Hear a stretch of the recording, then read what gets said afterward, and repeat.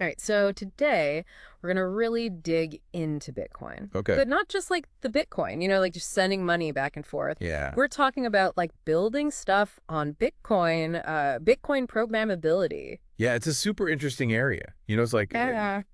for a long time, people thought Bitcoin was only good for like basic transactions. Right. That's changing fast. It really is. And the interview we're looking at today is a great example of that. Oh, yeah. Yeah, so it's from the Epicenter Podcast, and they talked with Orkun Mahir Kilic, Okay. one of the co-founders of Citrea. Citrea, I've heard that name. Yeah, have you heard of it? Yeah, a little bit. They're doing some pretty cool stuff, I think, with ZK rollups on Bitcoin. Okay, so we've already got some jargon. Yeah, right off the bat. ZK rollups? Yeah. What are we talking about? So think of it this way. Bitcoin wasn't really made to handle a ton of transactions all at once. Right. It's got limitations with the scripting language, and it can get expensive and slow if you try to do anything more complicated than just sending Bitcoin back and forth. Right. Yeah, those are some pretty big roadblocks if you want to actually build stuff. Absolutely. Huh. That's where these rollups come in, though. Yeah. They're like this separate layer. You can think of it as a side road almost. Okay. Where you can process these transactions way faster and cheaper. But the key is they still use Bitcoin as like the main highway for this security. So you get the best of both worlds. Yeah. You get the speed, the efficiency, but you don't have to sacrifice security. Yeah, exactly. You're still rooted in Bitcoin. Okay, cool. But where does the ZK part come in? Ah, that's the magic sauce right there. ZK stands for zero knowledge, and it's this really cool type of proof. Imagine like you solved a super difficult Sudoku puzzle. Okay. And you want to prove to someone you did it without actually showing them the solution. Okay. That's kind of what ZK proof does. Oh, that's a good analogy. Yeah. So, but how does that apply to Citrea in transactions? So in Citrea, these ZK proofs are used to bundle up thousands of transactions. Oh, wow. And verify them all at once in one little tiny proof. Okay. That's how they get this crazy high throughput. Tons of transactions per second, while still being as secure as Bitcoin itself. So ZK proofs are like the secret weapon. Yeah, the secret sauce. To make it all work. Yeah. Okay, cool. So there's two other things that Orkun mentioned. Okay. That are key to Citrea, ordinals, and BitVM. Yes, those are crucial. You can't really have Citrea without those two things. Okay, so what are those? So ordinals, think of them as a way to attach information to individual Satoshis. Okay. Which are the smallest unit of Bitcoin. Yeah. And in Citrea's case, those ZK proofs we were talking about, they're stored as ordinals on the Bitcoin blockchain. So it's like ordinals provides the storage space almost. Exactly. The foundation that Citrea can build on. Okay. Now, BitVM, that's the real breakthrough. Remember how we talked about Bitcoin's scripting language being kind of limited? Well, BitVM is this super clever system that lets Citrea actually verify those complex ZK proofs on Bitcoin. Okay. Without needing to change the core Bitcoin protocol. Wait, so how is that even possible? It's pretty mind-blowing. Yeah.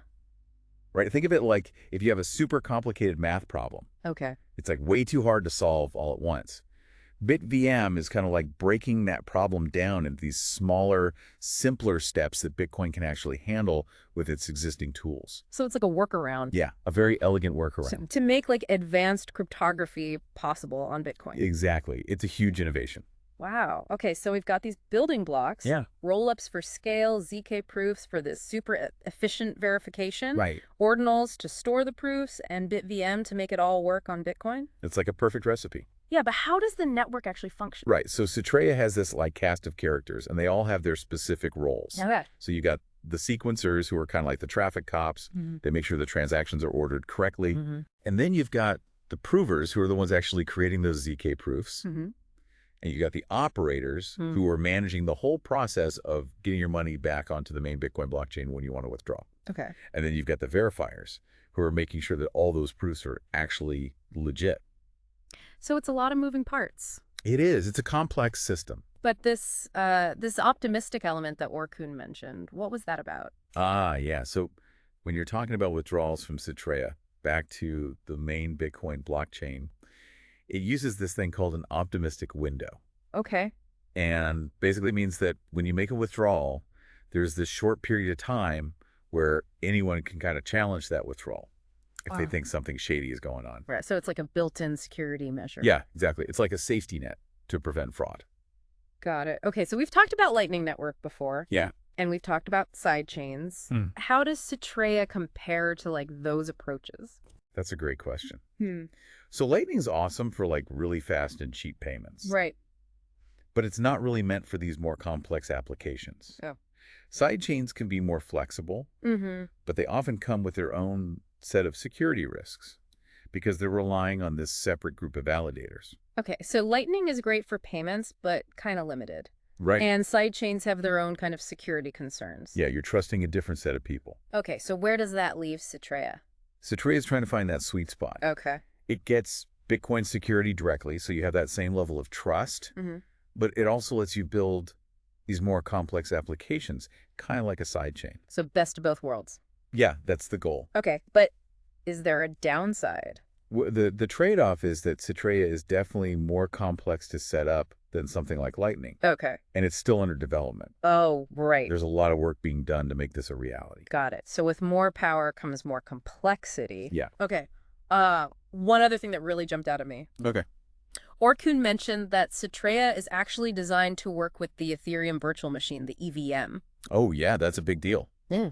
That's huge. What does that even mean? It means that developers could take like existing Ethereum smart contracts Oh, wow. and run them on Citrea without having to change them that much. So all that stuff we see in Ethereum with DeFi, like decentralized exchanges and all that stuff, Yeah. could actually run on Bitcoin using Citrea. That's the idea. It's Yeah. like opening up this whole new world of possibilities. Okay, so this is where things start to get really interesting. Yeah, this is where it gets exciting. So like what kind of applications can people actually build on Citrea?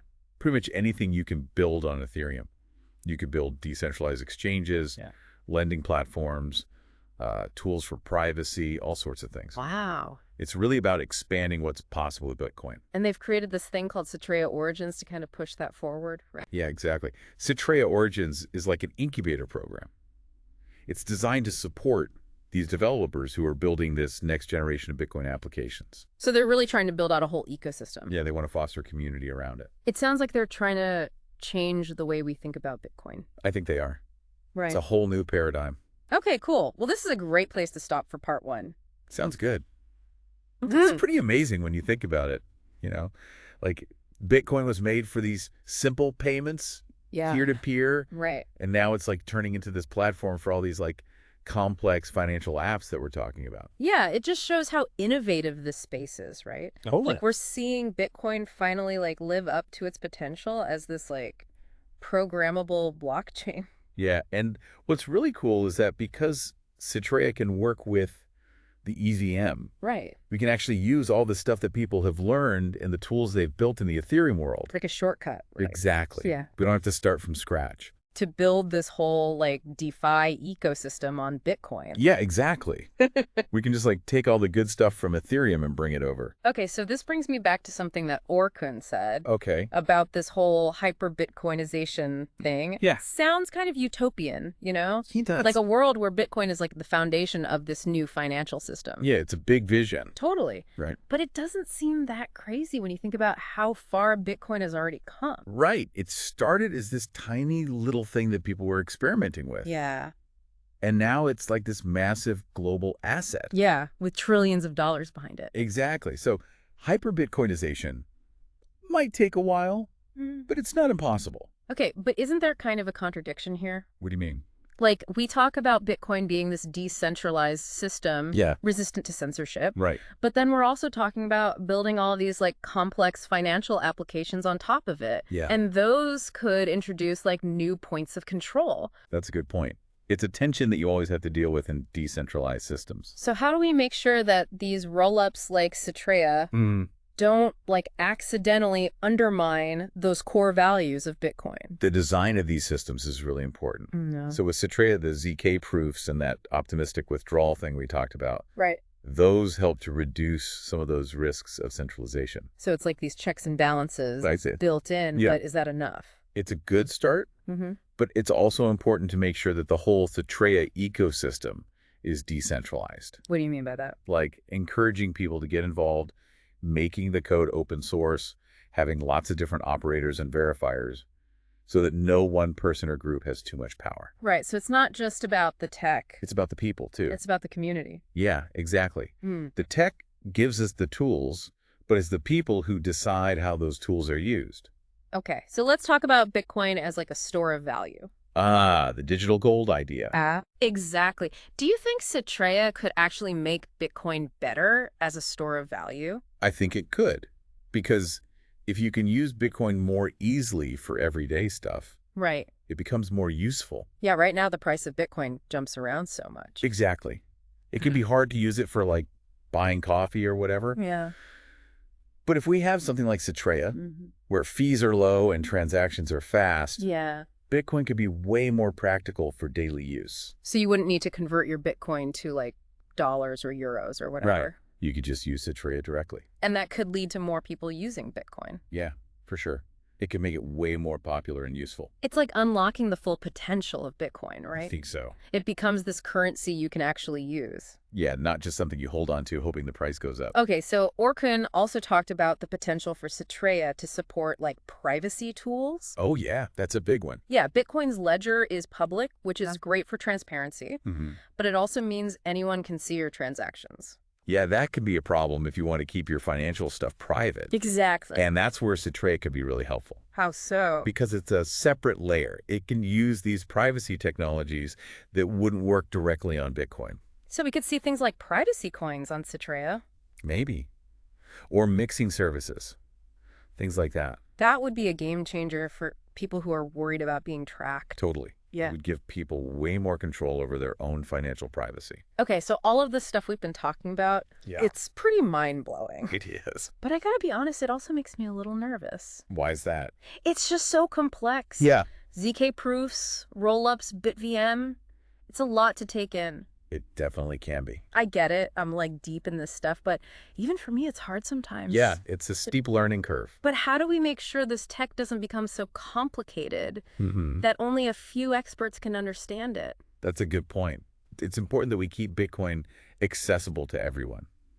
Yeah. I think education is key. The more people understand how this stuff works, the better they'll be able to use it. So we need more resources, more explanations, more deep dives like this one. Exactly. We need to break it down into pieces that everyone can understand. That's what we're all about. I think we're doing a good job. Thanks. So Orkun said Citrea is still under development. Yeah. What are some of the challenges they're facing? One of the big ones is BitVM. Right. It's still a work in progress. Yeah. And it's crucial for Citrea to work. Right. The BitVM Alliance is working on it, trying to get it running on the main Bitcoin network. Yeah, but that could still take a while. Right. It's a really complex thing to build. Yeah. And you don't want to rush it. You got to make sure it's secure and stable. Right. But once BitVM is ready, it could really open up a lot of possibilities for Bitcoin. Yeah. It seems like the Citrea team is making good progress, though. Yeah, they've launched a test network and they're working with developers, which is awesome. Yeah. That kind of community involvement is so important for any project like this. Yeah, it's about building a movement, not just a piece of tech. Exactly. Okay, so before we wrap up this part, I have one last thought. Take care. What if the real point of Bitcoin isn't just about money? Yeah. It's about building a better internet. That's a powerful idea. One that's more fair and accessible to everyone. Yeah, I think that gets to the heart of what Bitcoin is all about. Yeah. It's about giving people more control over their own lives and creating systems that are more transparent and fair. It's a reminder that we're not just building tech. We're building a better future. And that's a future worth fighting for. I agree. Okay, so welcome back. Back for more.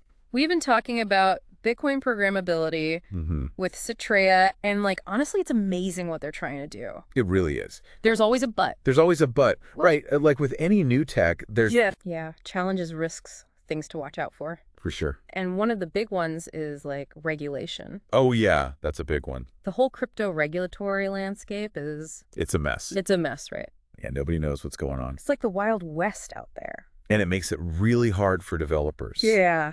Especially when you're trying to build something like Citrea. Right, because you're talking about like real financial applications. Exactly.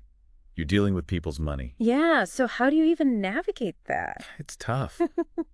You have to stay up to date on all the latest rules. Okay. And probably talk to some lawyers. Right, like lawyers who specialize in this stuff. Yeah, because it's changing all the time. It's like a whole other layer of complexity. On top of everything else. Yeah. But you got to do it. Yeah. If you want to build something that lasts, you have to be legit. Okay, so let's talk about something a little bit more like philosophical. Okay, I like it. So Orkun talked about how Bitcoin's value, it's not just about money. Right. It's like a tool for building a better internet.